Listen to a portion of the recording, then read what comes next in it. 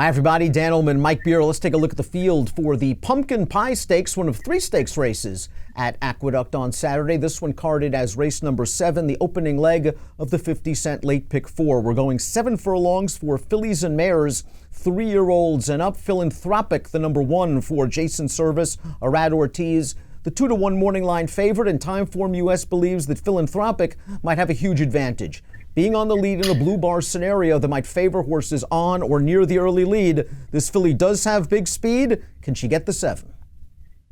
Yeah, I mean, we'll see if she can get the 7. Maybe it works against her, Dan. Nobody benefited more than her. This race was supposed to be run closing day at Belmont. That card was canceled. And now that they brought it back, you know, a couple of the horses that were going to be favorites did not return to running it. And that includes a couple of horses who had a lot of speed. Philanthropic now looks like she can control this race, and she is improving for a very dangerous trainer. She was transferred from the Steve Asmussen barn to Jason Service, and all she's done is win twice at Monmouth over the summer, including this race last time out where she was the 19-10 second choice. She's on the outside. She was prompting the pace throughout. She makes the lead, a little bit late to change leads. There she goes. And now she's off to the races. Career best 83 buyer, very lightly raced, well-bred daughter of Malibu Moon. Lots to like, except the price. Yeah, I don't know how short a price I take on her either, Dan. I just think she's really dangerous in here. You know, her career debut was actually a good effort over 7 furlongs. She had some real trouble in that race, and I thought finished a good second. Since she's come back this year, she's clearly taken a step forward for Service. She's won very easily. A couple of weaker fields, no doubt about it, but she's won very easily in those 2 races. She's going to be hard to beat in here, I think. The number 2, Last True Love, also has competed at Monmouth this summer, finishing 3rd last time out at 79-1 in the Regret Stakes. We'll turn into the stretch of that race. She's the gray on the outside. She's got a lot of work to do, and those are 2 good fillies on the front in Bronx Beauty and Miss Locust Point. Last True Love just kind of grinds it out to get up into 3rd in the shadow of the wire. She's solid. I'm not sure she's a stakes horse, especially in New York. Yeah, I have the same concerns about it. I realize that she's been, you know, running okay races against some good horses in the Mid-Atlantic, and maybe this spot's a little bit easier, but it's not that much easier. I still think she's in a little bit tough against horses like this. Not sure what to make of the number 3, Golconda, claimed away from Jason Service by Joe Parker, and going to try dirt for the first time in her career. I mean, she was beaten in a condition claimer at even money on turf, her preferred surface, seemingly last time out. Just a tough spot to make the dirt debut. Yeah, it's a weird to see her entered in this race. Who knows what she'll do. She'll be a very big price if you like her. I could not talk myself into her. You and I are big fans of Honor Way, the number 4, 6-1 on the morning line. Eric Consell, Charlie Baker. We really like the way she won her most recent race at this 7 furlong distance. We're going to watch it right now, and she's just cruising up 3 wide. It is over a wet track that she really seems to appreciate. But she wins this race, I think, a lot easier than the margin of victory indicates. She won by a length and 3/4, but you don't see Irad really going all out after her. A solid performance. She needs to take a slight step forward, but she does have some back class.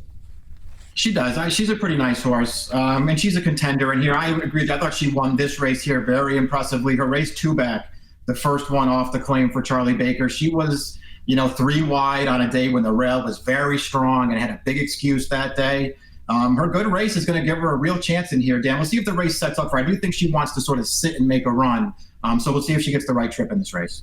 General handicapping rule that you and I both like to follow are turnbacks at 7 furlongs. Pink Sands is going to cut back off 4 route races for Shug McGahee, and maybe she's just going to be one of those late blooming McGahee types. We see it all the time. They seem to run very well at 4 and 5 as they get older and mature, but I'm not sure if this is going to be the case with Pink Sands. It looked like at the beginning of the year she was starting to find her stride, and then it seemed like she tapered off. Also cutting back in distance in a race without pace. She's up against it from a race shape standpoint. Yeah, I'm more worried about that than anything else. I really like her cutting back to this distance. I don't really think she's a horse who wants to go that far.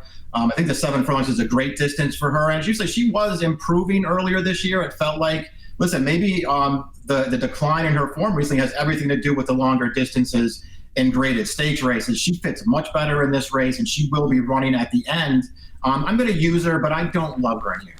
I think I like the 6 Saguaro Row a lot more than you do. I thought her race in the Shine Again 3 starts back was pretty good. Here's her most recent race, the Shine Again at Laurel, where she just bobbled at the start, was last early, swinging wide into the stretch.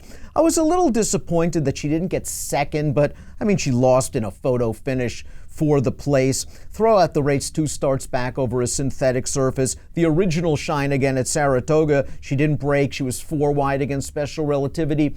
I'm beginning to see a troublesome theme. She's not good out of the gate right now, and that could really hurt her in this race. But from a class standpoint, I think she fits like a glove. Yeah, I don't think she's an overhead here either. I'm concerned, as you are, about her breaking from the gate, which has never been one of her strong suits. You know, listen, I was a fan of hers early on. She's kind of lost me a little bit. I'm starting to just think she is what she is, and she's not going to get that much better. But we'll see. I also don't like the fact that they're trying to, make her sort of that come from behind horse now. I don't know how well that's going to work in this race. I think she's a contender. I just preferred other horses in this race. Let's take a look at our top selections for the Pumpkin Pie. You're going to the outside. Great attack post for the 7 Majestic Reason, especially because she has that tactical speed where Vargas can just break out of there, watch what happens inside with the 1, and probably just get in the clear into a pretty good trip up close to a moderate pace. Last time out in the Gallant Bloom, just overmatched against Come Dancing and Saratoga Graded Stakes winner Minute to Stardom. But she didn't have the cleanest trip, I thought, down inside most of the way. Yeah, down on the rail. She was never going to win that race, but she was racing on pretty gamely at the end. She was actually closest at the end, or closer at the end than she was at any other point in the race. I thought she was very game in there. She's just sort of an honest and really consistent horse. And like you, I just thought she was going to get a good trip in this race, Dan. I liked her when they originally drew the race at Belmont, when it was a much tougher race. I'm sticking with her now that it comes up a little bit easier for her. And again, her last 2 races, you could argue she was in tough. Come Dancing, Minute to Stardom, and as Bandits, the scourge of the filly and mare division at Laurel in the allowance and lower level stakes. She's won probably about 100 races in her career. You're going with Majestic Reason, 7154. I'm going to give Saguaro Row. I need somebody to go out there and soften up Philanthropic. Maybe it won't happen. I'm a fan of Saguaro Road. Maybe Rosario can roll him down late. 6, 7, 1, and 4 for me in the Pumpkin Pie. We are kicking off the 50-cent late pick 4 with race number 7 at the Big A. It has an approximate post to 2:50 Eastern. Good luck.